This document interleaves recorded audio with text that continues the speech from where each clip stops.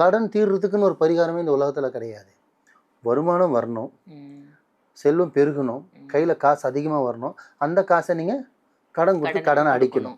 இப்படி தான் நான் இங்கே பரிகாரம் எழுதி கொடுப்போம். இதுதான் முறை, இதுதான் உண்மை. இப்போ இறைவனே உங்களுக்கு கடன் கொடுக்குறான்னா இப்போ காசு வச்சு கடன் கொடுக்க மாட்டான். உனக்கான சோர்ஸ் கொடுப்பான், உனக்கான இறைவன் படி அளப்பான். வேலை வந்து முன்னேற்றம் வரும், ஒரு சைட் 2 சைட் வரும், ஒரு வேலை 2 வேலை வரும், ஒரு கம்பெனி 2 கம்பெனி ஆகும், ஒரு கடை இன்னொரு கடை ஆகும். அப்போ கடன் குறையும். கரெக்டு தானே? இதுதான் பிரபஞ்சம் நம்மளுக்கு செய்கிறது. அதில் முக்கியமானது பார்த்தீங்கன்னா, இப்போது நான் உங்களுக்கு சொல்ல போகிறது ரொம்ப ஈஸியான மாதிரி தான். இது வீட்டில் இருக்க ஆண்களும் செய்யலாம், பெண்களும் செய்யலாம்.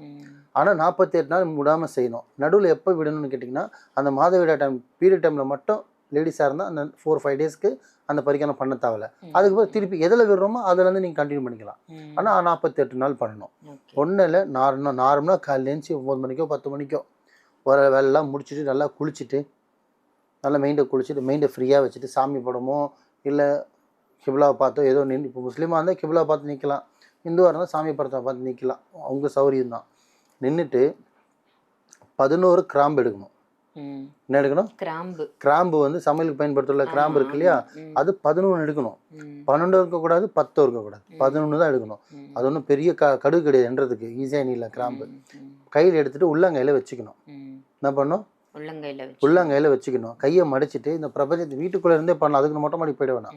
கையில் வச்சுக்கிட்டு பிரபஞ்சத்தை பார்த்துட்டு என் கடன் தீரணும், கடன் சுமையிலேருந்து நான் மீண்டு வெளியில் வரணும், நான் வாழ்க்கையில் செல்வம் பெருகணும், நான் வாழ்க்கையில் எல்லாம் இருக்கணும், யார் சொத்தை நான் அனுபவிக்க வேணாம், நான் வாங்கின கடத்தை என் உயிர் பிரிக்கிறதுக்குள்ளே இந்த பிரபஞ்சம் நான் போகிறதுக்குள்ள கடன்காரனே இல்லாமல் என் உயிர் பிரியணும், இந்த கடன்காரன் இல்லாத ஒரு வாழ்க்கையை கொடு அப்படின்னு சொல்லிட்டு மனசார ஆத்மாத்மமாக உண்மையாக வேண்டிட்டு அப்படியே அந்த 11 காம்பு என்ன பண்ணோன்னா அப்படியே எடுத்துன்னு போயிட்டு என்ன பண்ணும், ஒரு வெள்ளை துணியில், இந்த துணியில் வெள்ளை துணி ஒரு ஓரமாக பீரோலையோ காசு வைக்கிற இடத்துலையோ இல்லை உங்கள் கல்லாப்பட்டியிலோ எங்கேயோ ஒரு இடத்துல ஓரமாக வச்சுருங்க.